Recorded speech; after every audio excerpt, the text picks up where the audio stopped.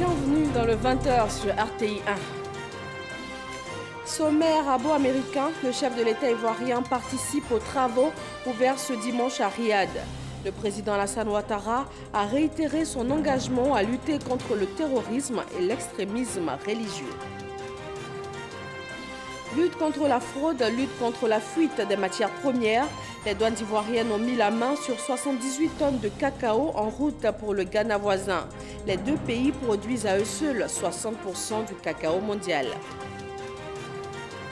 Et puis nous allons parler du divorce. Les chiffres sont en nette augmentation en Côte d'Ivoire.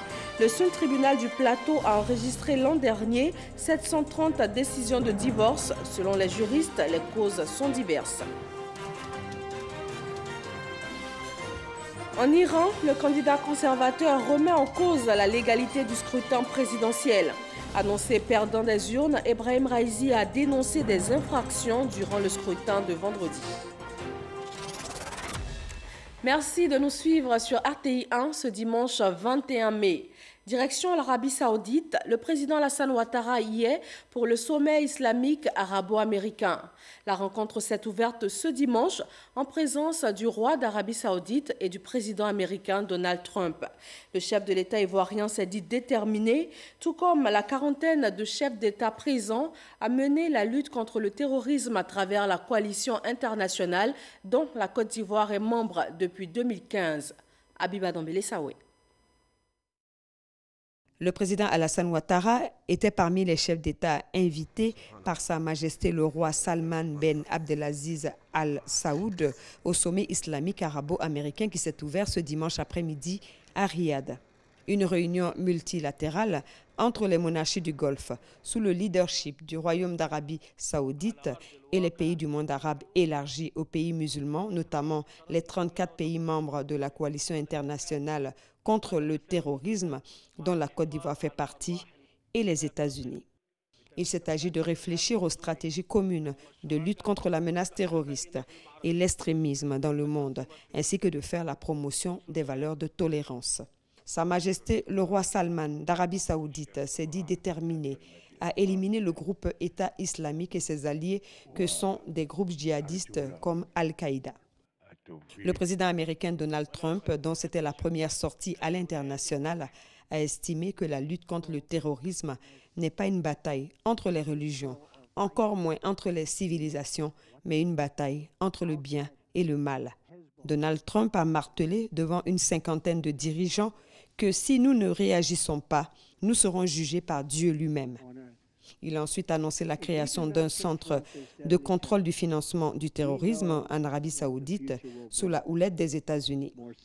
Le président Alassane Ouattara a apporté sa contribution aux recherches de solutions et a pu partager son expérience réussie à la présidence de la CEDEAO lors de la crise malienne. Il a par ailleurs affirmé sa responsabilité de pays hôte de la réunion annuelle de l'organe le plus important de l'Organisation de la coopération islamique, à savoir le Conseil des ministres des Affaires étrangères, dont la 44e session est prévue les 10 et 11 juillet 2017 à Abidjan. Sur le territoire national, les douanes ivoiriennes sont plus que jamais engagées dans la lutte contre la fuite des matières premières. Elles viennent de mettre la main sur 78 tonnes de cacao en route pour le Ghana voisin. Adama Koné revient sur ce coup de filet. Dès sa prise de fonction le 12 mai 2017, il donne le ton. Nous allons continuer à mettre en œuvre les différentes dispositions que nous avons prises pour lutter contre la fraude. Vous savez, la pierre angulaire du métier du douanier, c'est la lutte, perpétuelle lutte contre la fraude. Moins d'une semaine après, la brigade spéciale des douanes ivoiriennes réalise une grosse saisie. 78 tonnes de cacao transportées dans 3 camions en partance pour le Ghana, stoppées net dans le département d'Abengourou. Valeur taxable, environ 140 millions de francs CFA. La brigade spéciale affiche sa fermeté. Le cacao, pour la sortie, c'est par le port, ce n'est pas par les voies terrestres. Donc ce flot-là, nous allons freiner ça immédiatement. Il y a 2 ports de sortie de cacao et de café. C'est par le port de San Pedro et celui d'Abidjan. Après ça, tous ceux qui vont se donner à ce genre de trafic, aller sortir le cacao, vraiment, c'est un avertissement. Ils vont nous voir sur des pistes. Les sorties frauduleuses de matières premières constituent des cas de contrebande sanctionnés par le Code des douanes. Les auteurs encourent une peine de 2 à 10 ans d'emprisonnement, en plus de l'amende légale. L'unité de lutte contre la criminalité transnationale a interpellé un présumé trafiquant de drogue spécialisé dans le trafic transnational de cocaïne et de méthamphétamine. Il a été interpellé dans la commune de Port-Boué avec 1,5 kg de substances illicites, des nouvelles variétés de drogue de plus en plus présentes en Côte d'Ivoire. Abou Sanogo.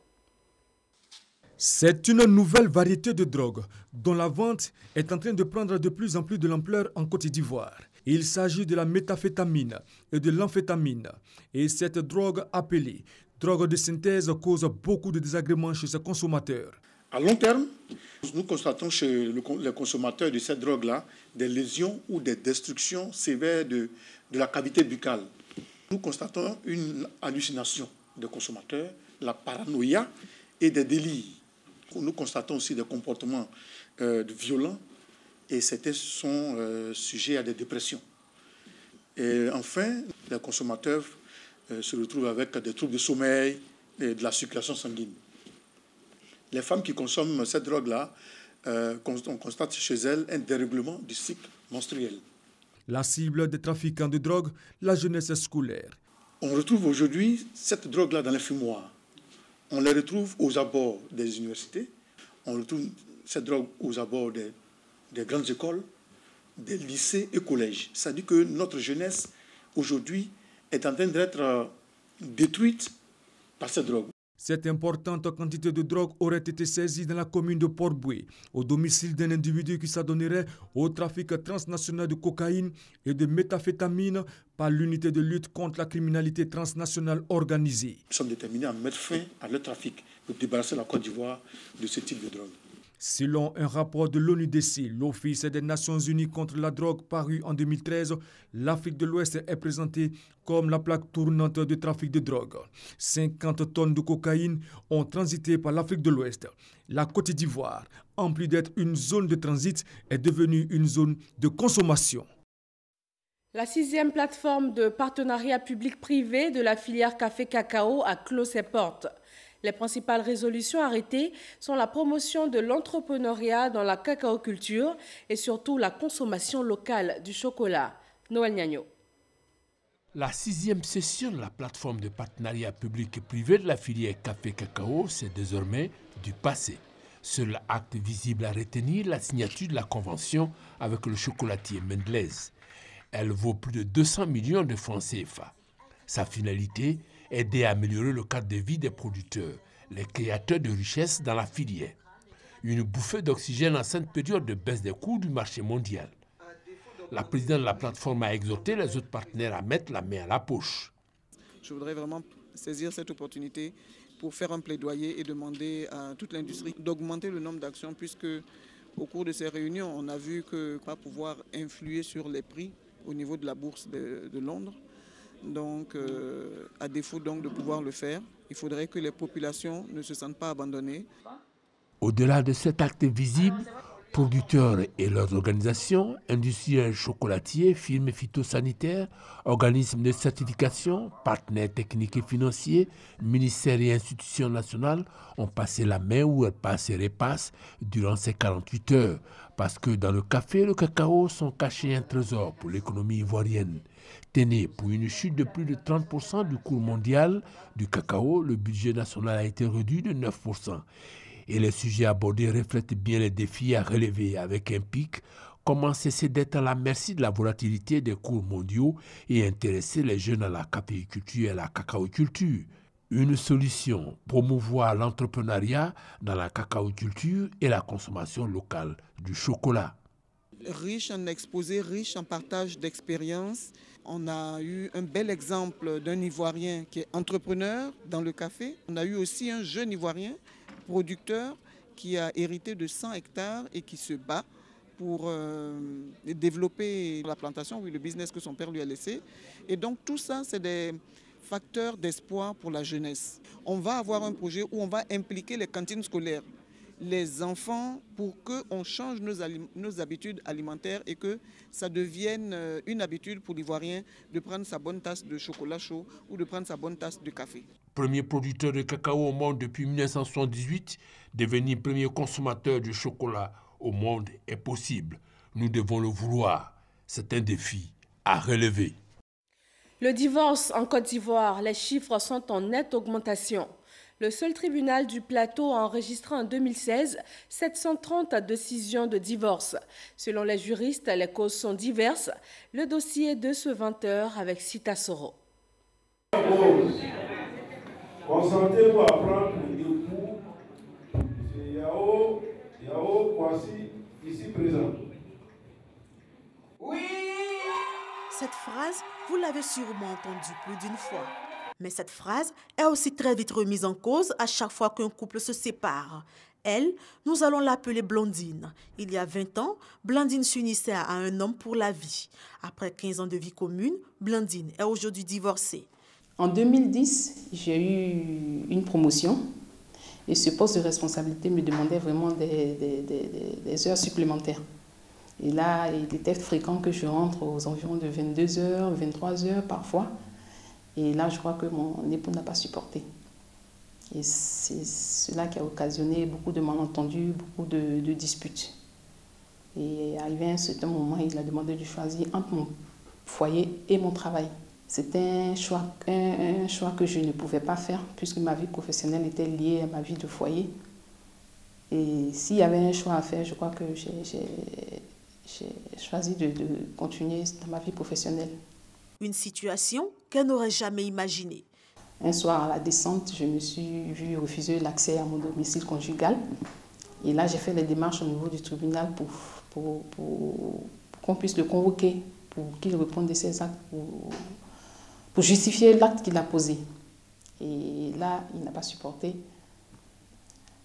Le jour où le juge l'a convoqué pour aller répondre à cette convocation, il a demandé le divorce. Ce divorce lui laisse aujourd'hui un goût amer. En 2016, pour la seule mairie d'Adjamé, ce sont plus de 900 mariages qui ont été enregistrés. À Cocody, ce chiffre est 3 fois plus important. 2595 mariages ont été célébrés en 2015 avec une fréquence de 200 unions par mois. Pour 2016, 2828 célébrations. Un taux très élevé selon les autorités de ces différentes communes. Mais pourquoi? Nous recevons des candidats au mariage de plus en plus jeunes. Je vais parler de la tranche de 21 ans, de 21 à 25 ans surtout. Les jeunes d'aujourd'hui, en tout cas, avec tout ce qu'il y a, tout ce qu'ils voient autour d'eux, en tout cas, deviennent responsables très tôt. Donc, c'est par le mariage qu'ils expriment cette responsabilité-là. On peut dire qu'à Djamé, la moyenne d'âge varie de 22 à 33 ans. Comme pour dire que les jeunes se marient, aujourd'hui, nous avons 15 mariages. Sur les 15 mariages, il y a peut-être 3 qui ont plus de 40 ans. C'est pour dire que c'est des jeunes qui se marient. C'est cette même jeunesse qui est la plus concernée par les ruptures précoces. La majorité des divorces prononcés est demandée par des jeunes dont l'âge varie entre 25 et 35 ans. Les jeunes surtout, c'est de leur temps. Pour eux, le mariage, c'est passer à la mairie. Ils ne peuvent pas accepter de rester dans le concubinage, ça n'a aucun sens.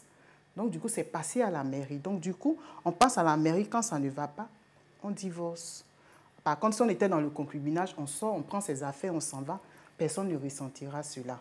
On découvre la personne sous un autre angle. Également, souvent même pour des insatisfactions sexuelles, même on arrive, on vient devant le juge pour demander le divorce. Parce que c'est quand on a fini de se marier également qu'on se découvre. Et donc, on a beaucoup de jeunes comme ça. Dans la majeure partie des cas, la procédure de divorce est entamée par la femme. Les motifs de divorce diffèrent, allant d'une personne à une autre, d'une simple dispute à des motifs plus prononcés tels que l'infidélité et les abandons des foyers. Généralement, ces personnes, pour la plupart qui sont des femmes, viennent vers nous pour les motifs, je dirais, d'abandon de domicile conjugal, d'abandon de famille, c'est-à-dire l'époux ne participe plus ou pas suffisamment aux charges du ménage. Ces personnes-là viennent également pour les faits d'adultère. Quand ce sont les hommes qui viennent, c'est surtout pour les mauvais traitements.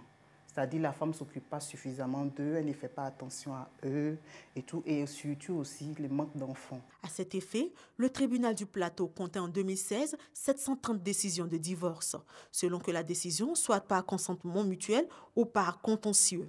Le divorce pour faute s'entend de la procédure contentieuse où c'est un seul des époux qui décide que pour certaines raisons, il ne peut plus rester dans ce mariage. Donc, il saisit seul le juge pour demander le divorce. Et donc, pour ce genre de procédure, le divorce pour faute, on a 420 décisions qui ont été rendues l'année dernière.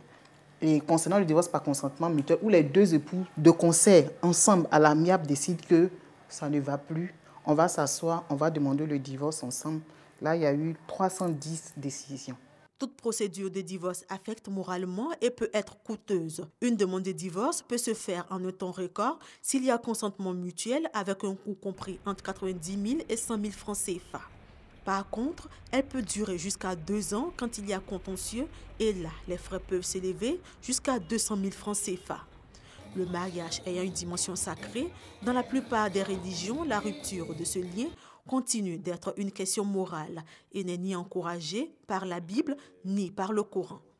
Les divorces en cascade ne sauraient décourager ces amoureux, comme pour donner l'exemple, viennent de s'unir pour le meilleur et pour le pire. Lutte contre la pauvreté à Kong, les femmes du secteur karité ont reçu une formation afin de produire du karité de meilleure qualité. Une vaste campagne de formation et de sensibilisation a sillonné les 4 sous-préfectures du département. Chantal Akando. Voici une unité traditionnelle de transformation du beurre de karité. Elle date du début de l'ère du travail de ce beurre dans le Nord. C'est ici que travaillent cette femme pour obtenir le précieux beurre, afin de pouvoir se prendre en charge. Le travail, comme on le voit, est très pénible. Cette scène, on la rencontre un peu partout dans les 4 sous-préfectures du département de Kong.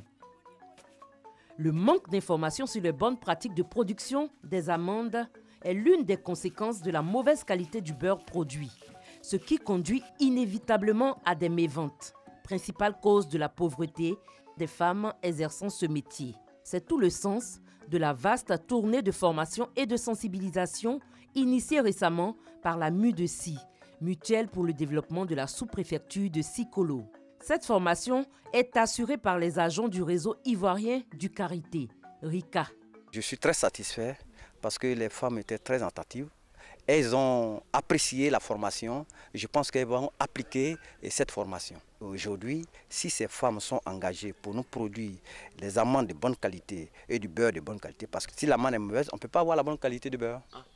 Pour les femmes, cette formation sera d'un apport considérable dans la quête de la qualité exigée par les exportateurs. Dans les 4 localités, les problèmes sont presque les mêmes. La femme a besoin d'être autonome aujourd'hui. Quand on parle d'émergence, on parle de l'autonomisation de la femme. Il faut que la femme ait une indépendance totale. Sans aide, la femme ne peut pas s'en sortir. Le représentant de la mutuelle de développement de la sous-préfecture de Sikolo a salué la vision du ministre Ibrahim Ouattara et invité les cadres à plus d'efforts sur le chemin de l'autonomisation de la femme du département de Kong. La mutuelle n'hésitera pas à accompagner nos femmes. Je tiens également à remercier le ministre des Affaires présidentielles qui nous a appuyés parce que la première formation à Sikolo a eu un succès. Et donc, vu ce succès, il a sollicité véritablement que ça s'étende dans le département de Kong, chose qui a été effective. Le sous-préfet de Sikolo a fait la promesse qu'une assistance régulière sera assurée aux femmes qui ont reçu cette formation. C'est plus facile de les canaliser lorsqu'elles sont dans un groupe identifié et connu. Donc à cet effet, nous avons une association de femmes qui bénéficient de certains projets. Il y a le projet du maraîcher, il y a des projets pour l'ANACAD. Elles-mêmes, elles s'approprient les différents projets pour pouvoir participer à leur niveau au développement de la Côte d'Ivoire. La formation a touché environ 500 femmes exerçant le métier du beurre de karité dans les 4 sous-préfectures de Kong. Dans le Nord, l'une des principales sources de revenus pour les femmes, c'est le métier du beurre de karité. Malheureusement, malgré les nombreux efforts consentis jusque-là par le gouvernement en faveur de la filière karité, les femmes peinent toujours à vivre sainement de leur métier, faute d'équipements de transformation modernes. Dans l'actualité politique, les cadres du Rassemblement des Républicains de San Pedro réaffirment leur soutien au président de la République, particulièrement pour ses projets de développement. Ils ont produit une motion de soutien au président Alassane Ouattara. Sam Konan, Abou Sanogo. C'est en bordure de mer que les cadres et responsables départementaux du RDR se sont retrouvés pour marquer leur soutien au président de la République, Alassane Ouattara. Surtout le féliciter pour sa bonne gestion du dernier mouvement d'humeur des militaires. Mouvement qui a aussi fortement secoué les activités économiques à San Pedro. Nous, militants, militantes et cadres du Rassemblement des Républicains de San Pedro, adressons nos vives félicitations au président de la République, son Excellence Alassane Ouattara, pour sa gestion rapide et rassurante des mouvements d'humeur dans l'armée ivoirienne. Lui réaffirmons notre soutien sans faille dans toutes les épreuves liées à ses fonctions de président de la République de Côte d'Ivoire. Lui réitérons notre engagement à ses côtés dans toutes les décisions courageuses qu'il sera amené à prendre en vue de l'atteinte des objectifs assignés à son mandat à la tête de notre pays. À l'initiative du secrétaire général de la communauté portuaire et cadre du Rassemblement des Républicains, Iba Guimax, à la suite de la manifestation de soutien au président de la République, les cadres du RDR ont ensemble partagé un repas. Diabaté Lansini, directeur du cabinet du secrétaire général par intérim du RDR, a salué l'initiative des cadres du parti à San Pedro. Il a souhaité que ce déjeuner, moment de partage et de renforcement de la cohésion au sein du parti, soit pérennisé et copié ailleurs dans le pays. L'Union pour la démocratie et la paix UDPCI à la rencontre de ses militants de la commune d'Atekoubé. Le maître mot a été la culture de la paix. Ahmed Traoré, Abou Sanogo. Moment festif pour les différentes délégations de l'Union pour la démocratie et la paix en Côte d'Ivoire, UDPCI, venues de toutes les communes du district d'Abidjan pour prendre part au meeting de leur parti dans la commune d'Atekoubé. Un rendez-vous qui a pour objectif, selon le président du parti, Albert Mabritoakus, de sensibiliser les populations à s'engager sur la voie de la paix. Le père fondateur nous a appris que la paix est la seconde religion des Ivoiriens et qu'il n'y a pas de préalable à la paix. Je voudrais vous dire que nous devons continuer à travailler pour la paix en Côte d'Ivoire. La paix est si précieuse pour chacun et chacune de nous que c'est sur cette base seulement que nous pouvons avancer. Travaillons pour une cohésion qui renforce la paix et qui maintienne la paix au niveau de notre pays. Une démarche bien appréciée par Tchagba Bougui-Laura, député de la commune d'Atekoubé. Une chose est d'être élu, mais une autre est de savoir revenir vers ces populations qui vous ont écouté et qui ont plus fait et cause pour vous. Le président de l'UDPCI entend mener des actions pour l'implantation de son parti sur toute l'étendue du territoire national. La faculté de théologie évangélique de l'Alliance chrétienne veut contribuer à trouver une solution aux problèmes identitaires et ethniques en Côte d'Ivoire. Elle a initié pour cela une rencontre autour du thème « Église, citoyenneté et ethnicité en Afrique post-coloniale ». Ahmed Traoré, Isaïo. Plus de 50 ans après les indépendances, les questions identitaires continuent d'être source de tensions et de divisions dans les sociétés africaines. Selon des études effectuées par des anthropologues et la FATEAC, faculté de théologie évangélique de l'Alliance chrétienne, l'Église n'est pas épargnée par ces problèmes. D'où l'organisation d'un colloque autour du thème « Église, citoyenneté et ethnicité en Afrique postcoloniale ». Le colloque de 2017 porte essentiellement sur la question de l'ethnicité.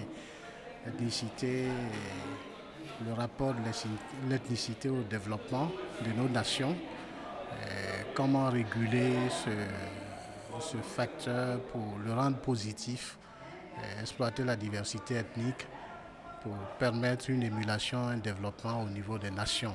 La problématique, elle se trouve déjà dans la mission de la faculté. Depuis sa création, donc nous sommes dans la 24e année, cette faculté s'est donnée, elle s'est assignée pour mission de contribuer à l'épanouissement d'un christianisme authentique en Afrique contemporaine. Ça veut dire que l'Afrique contemporaine est au cœur de notre réflexion. 22 personnes interviendront au cours de ce colloque. 9 en plénière et 13 en atelier. Des analyses faites par les anthropologues, sociologues et historiens viendront enrichir les débats théologiques et missiologiques. Sur la scène internationale en Iran, le candidat conservateur remet en cause la légalité du scrutin présidentiel. Annoncé perdant des urnes, Ebrahim Raisi a dénoncé des infractions durant le scrutin de vendredi. Il réclame un examen du Conseil des gardiens de la Constitution chargé de superviser les élections. Le 7 sur 7, le point de l'actualité internationale de la semaine. Commençons en France avec la nomination du Premier ministre Édouard Philippe. L'actualité dans le monde, vue par Gabriel Zani.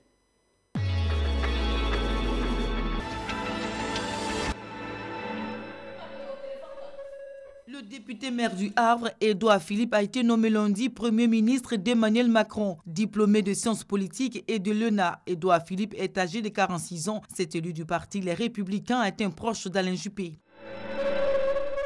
Des négociations entre le gouvernement syrien et l'opposition sous l'égide de l'ONU ont repris mardi à Genève. Elles visent à trouver une solution au conflit syrien qui a déjà fait plus de 310 000 morts et des millions de déplacés. Des accords ont été trouvés sur le plan humanitaire, mais les parties en conflit restent toujours en désaccord sur la définition d'une Syrie pacifique dans le futur. Les membres d'une secte chrétienne du Bundundia Congo ont attaqué mercredi la prison dans laquelle se trouvait leur chef Nemonda Nsemi. Selon des sources policières, plus de 4600 détenus se sont évadés à cette occasion de la prison de Makala en Kinshasa, en République démocratique du Congo. Jugé menaçant pour des forces de la coalition contre Daesh, un convoi qui n'a pas répondu aux avertissements a été bombardé par les États-Unis. Un incident ponctuel selon les Américains. La frappe survenue jeudi contre le convoi près de la frontière jordanienne n'était pas un changement dans la stratégie de la coalition.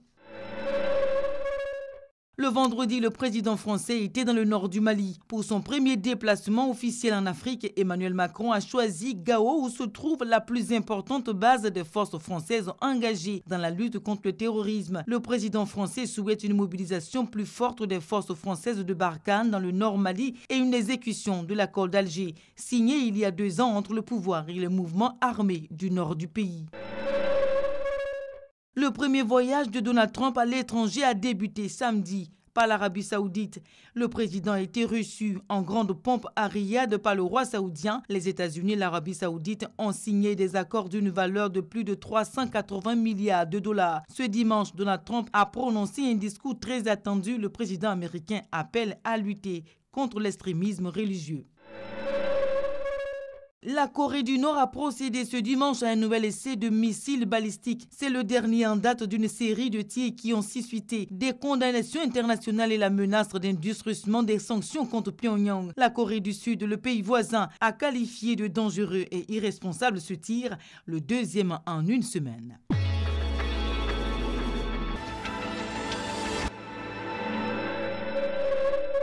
Retour en Côte d'Ivoire pour terminer en sport. 2-1 pour la SEC Mimosa face à l'Africa Sport. Résultat de la 22e journée de la Ligue 1 à Boaké.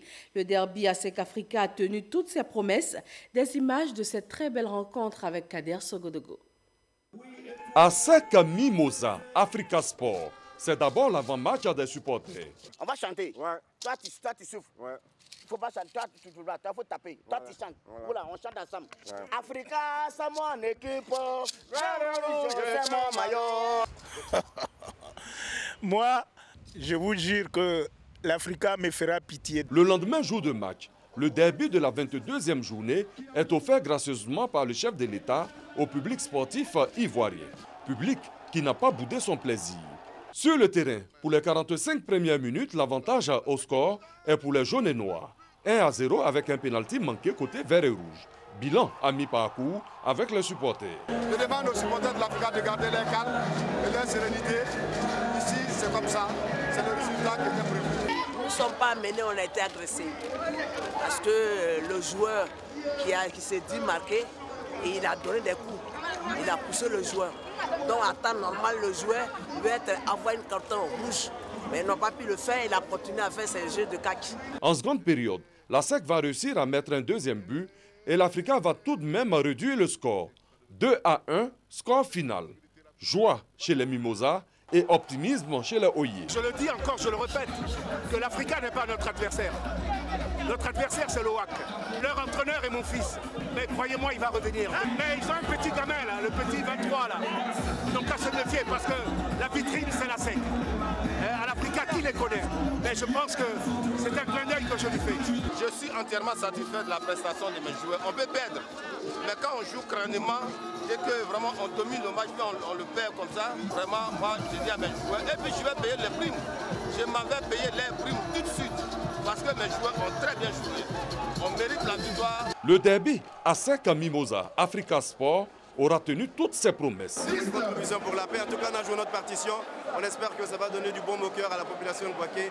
Merci à tous ceux qui sont venus. Souvenir de Bouaké, cette belle image des supporters de l'Africa Sport avec le premier responsable Bailly Antoine. Malgré la défaite, la joie a eu sa place. C'est Bouaké qui aura gagné. Des images du derby ASEC Africa pour mettre fin à ce 20h. Merci de votre attention. Merci à tous ceux qui nous suivent depuis Kong, dans le nord-est de la Côte d'Ivoire. À Kong, la mosquée centenaire est un monument historique, un joyau architectural qui date du XVIIe siècle. Il retient l'attention de tous les visiteurs qui passent par cette cité millénaire. Bonsoir à tous.